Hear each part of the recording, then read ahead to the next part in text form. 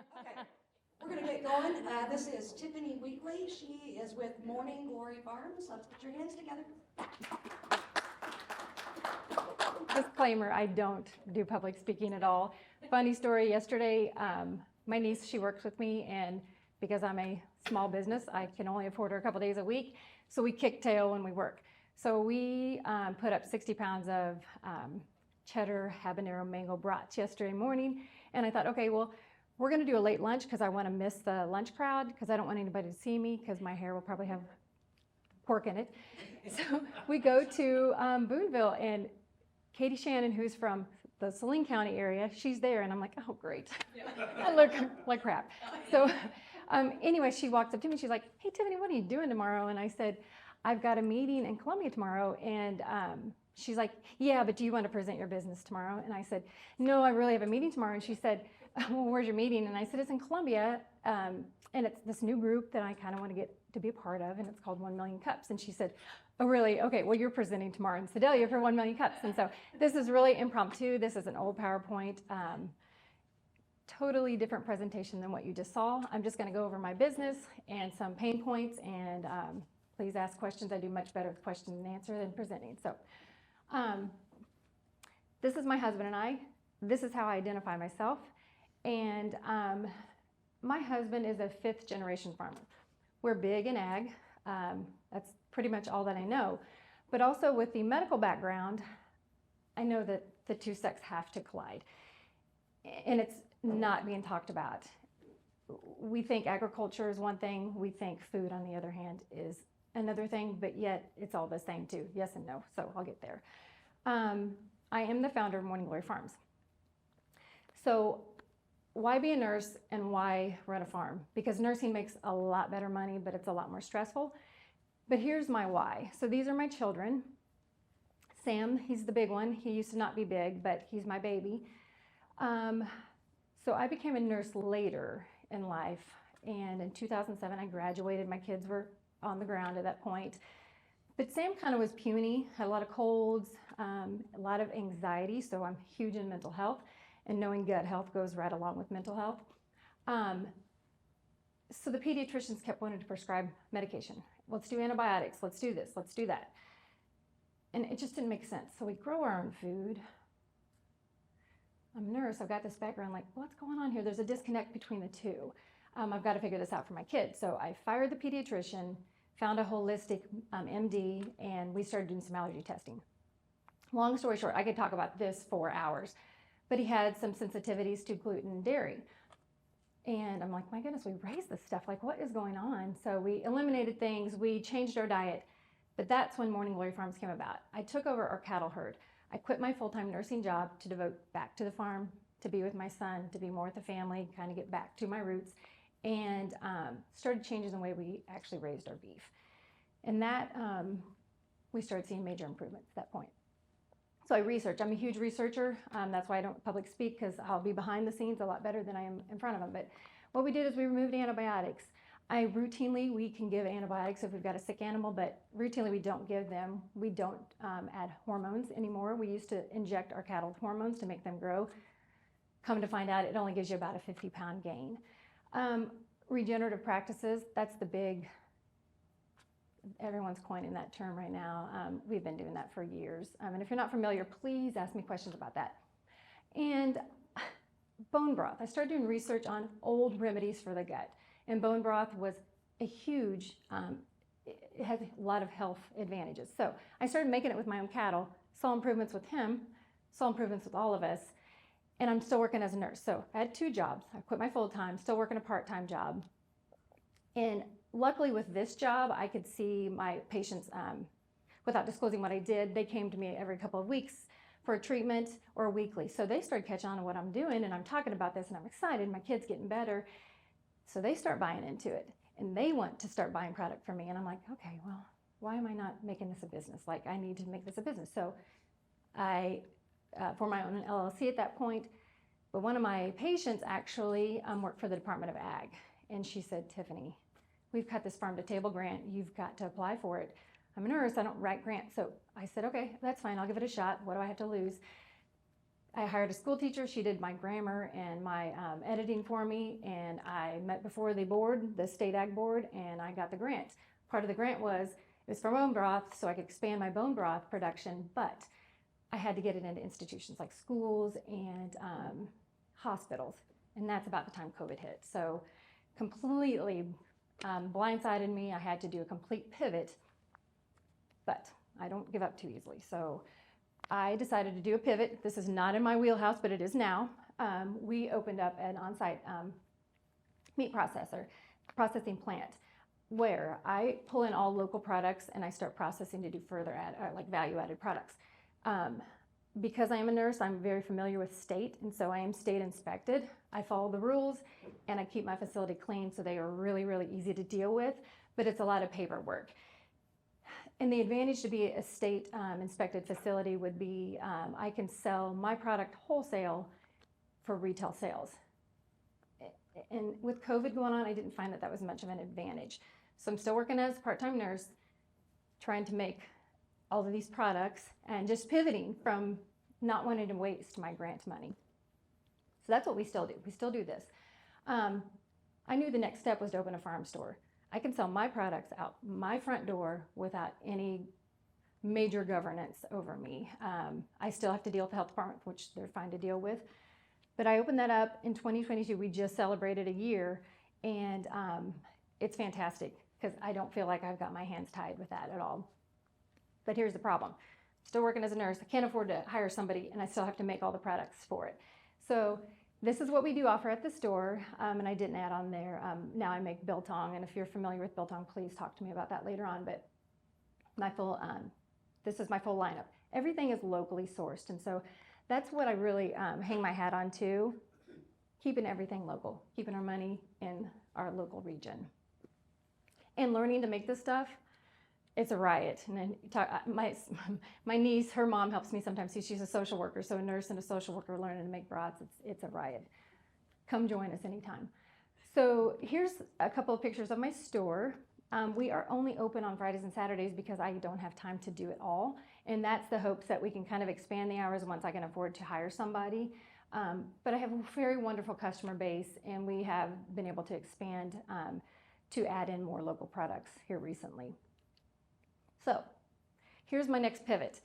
My passion is clean eating, and I know that once I can afford to hire somebody else to run the store part, we're going to pivot back into education. So we just rebranded. I'll still have Morning Glory Farms, but we just rebranded to Morning Glory Wellness. My oldest daughter has her master's in mental health. I don't know exactly what her degree is, but she's a licensed therapist. She's eventually going to merge into our company. Right now, she just had a baby, and so her head's somewhere else. But Kate, my second, she'll get her master's in functional nutrition this summer, and she's going to come back and she's going to start offering nutritional services. At that point, I'll be able to quit my nursing job, and I will be able to also offer lactation, prenatal, and postnatal services, with mental health as one of our big focuses, because that's such a missing piece to all of the puzzle. Nutrition goes along with it too. So I really appreciated what you had to say about mental health. So that in a nutshell is where I'm at. This is how you can find us. Please look, if you guys do follow us on Facebook, please do look for updates as we start to launch the Morning Glory Wellness, and keep it local. That's it.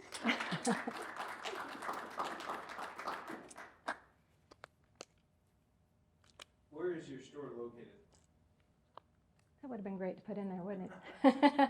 Actually, I think it was in there. We're in Blackwater, Missouri. So I'm between Boonville and Blackwater. If you're familiar with Lamine, yeah, okay, yeah. Off the beaten path. Off the beaten path, and that's what makes things hard, but it just made so much more sense to have my own farm store. And I'm really no different than Kemp's or Lamont, but I am way different. So a lot of people come in for nutritional advice, and that's what we end up, like, that's why I spun off of that. I'm like, well, this is a thing. Like, people want to know so much about nutrition, and I love to educate. So that's why we're going to maybe branch out to a wellness group and have it on the farm, because people need to get their feet in the dirt. Hi, Katie. Best-selling piece of meat or product or? It's cheddar, habanero mango brats. People love them. I made 60 pounds yesterday, and it's because it's also whole foods. I don't want to like sell myself, but that's what I'm here for. We don't add nitrates. Like I keep everything as whole foods. I mean, we sometimes have to add nitrates. Some customers do ask for that, but like my brats, they're meat and seasoning, that's it. So that's my big seller. What about, can you go more into the biltong part of things? Sure, That is sure. really good. Thank you. That's one of my faves. Thank you. Have you guys ever heard of biltong? You have? Okay, awesome. It's a South African delicacy. And I thought, well, this will be a different, kind of get me to the health sect. So that's actually what I started out making after broth. It's air dried beef. They've been making it for years in South Africa. I literally take beef and I take a lean, higher end cut of the cow. That's why it's expensive. I slice it, I marinate it in all whole, like vinegar and coriander, and marinate it. And then I hang it to dry for about 72 hours, and then I slice it thinly. And it is like, my brother calls it's rich man jerky. It's delicious and good for you. I mean, it's just packed with protein. And Colombia, they're catching on to that market, but getting them out to my store is the other thing. So, I'm trying to navigate that market. Thank you. Yeah. Can you get like a whole or a half a beef or? Oh, sure. Yeah, there's and if you look at my website, I've got the list of everything that I do sell as far as beef goes. So my beef I raise, I do source all my chicken and pork from local farmers. I just, on the way here, that's why I was late, I got, one of my farmers is dropping them off at Lamont actually this morning. So I was trying to get that navigated. But yeah, from me, you can buy half whole quarter beef.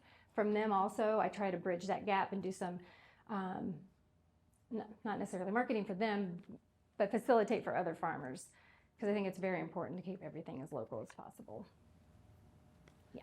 Are the local farms that you end up sourcing from as good about regenerative practices or the medicating and things like that as you are? Yes, that's one of my criteria. And I am also a wife of a conventional farmer. So I see both sides of it, and I don't like to ride the fence. I don't like fence riders, but I like everybody, but I don't like myself too. But I do see that we have to feed the world. But for my practice, and if I'm going to stand on a platform, they have to also fit that mold for me. So yes, to answer your question around that way. Yeah. You said to have somebody ask you about the regenerative something in that slide. Can you talk about that? Right. So it's, are you familiar with regenerative ag? All of a sudden it's just like you basically, your animal returns back to your soil. What you work in harmony with your animals and your soil. So an example of regenerative practice would be rotationally grazing your cattle, meaning making sure that the timing's right. You don't add a lot of chemicals to the ground, so the soil health is great. The microbes are healthy, so that it makes healthy grass. And in turn, the animal eats it, it's healthier, it goes to the bathroom and on your crops, it refertilizes it. Just going back to basics is what it is, knowing what kind of species of grass to grow that's beneficial for the land, making sure you've got your flowers for bees, just getting back to basic natural practices and trying to avoid the chemicals. But we honestly, the truth is that our cattle herd was not managed properly. My husband conventionally farms, he didn't like the cattle. They just did their thing. So now I've just really honed in and tightened our program up.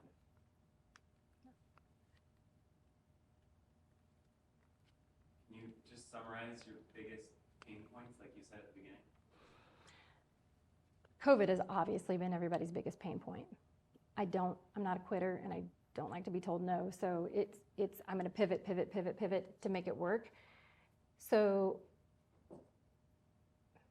yes, I have pain points, but I guess I don't look at it like that way. I think help is huge right now. I have a hard time keeping help, and people that want to actually work and dig in like I do.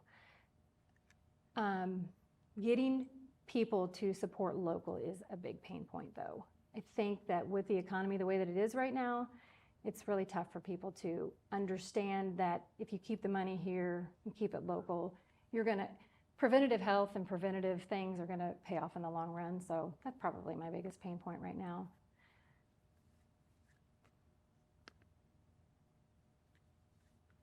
No other questions? What can we as a community do for you? Thank you for asking. I don't care if it's me, anywhere else. Know where your food comes from. Ask your farmer questions. That we want to tell you things. We don't want to hide things from you. We love our animals and keep it local. And come to my store. Love to see you. I promise you I'll greet you with a smile. Actually, I do have more questions. Too late. I do not buy any meat in the grocery store. I have it delivered through delivery service like Butcher Box, Mhm. Fit Farm. It's another one locally. Mm-hmm. Is that something you think you might explore? So it's funny, I just, Como Wellness Conference, I don't know if you're familiar, I mean, it's all the way over in Boone County, but because I'm in the nursing sector, I was the first farmer at this wellness conference. Fed from the Farm was there, and I love their platform. I think they also do a lot like I do.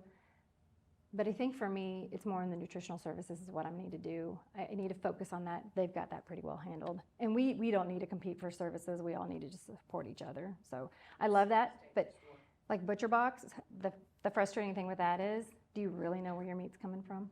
Yeah, do you believe what they say? Exactly right. So go out to your farmers. I love to do farm tours at some point, but I don't have time for that. That's my big pain point. Time, right. Right. I will definitely check. Love it. Come out.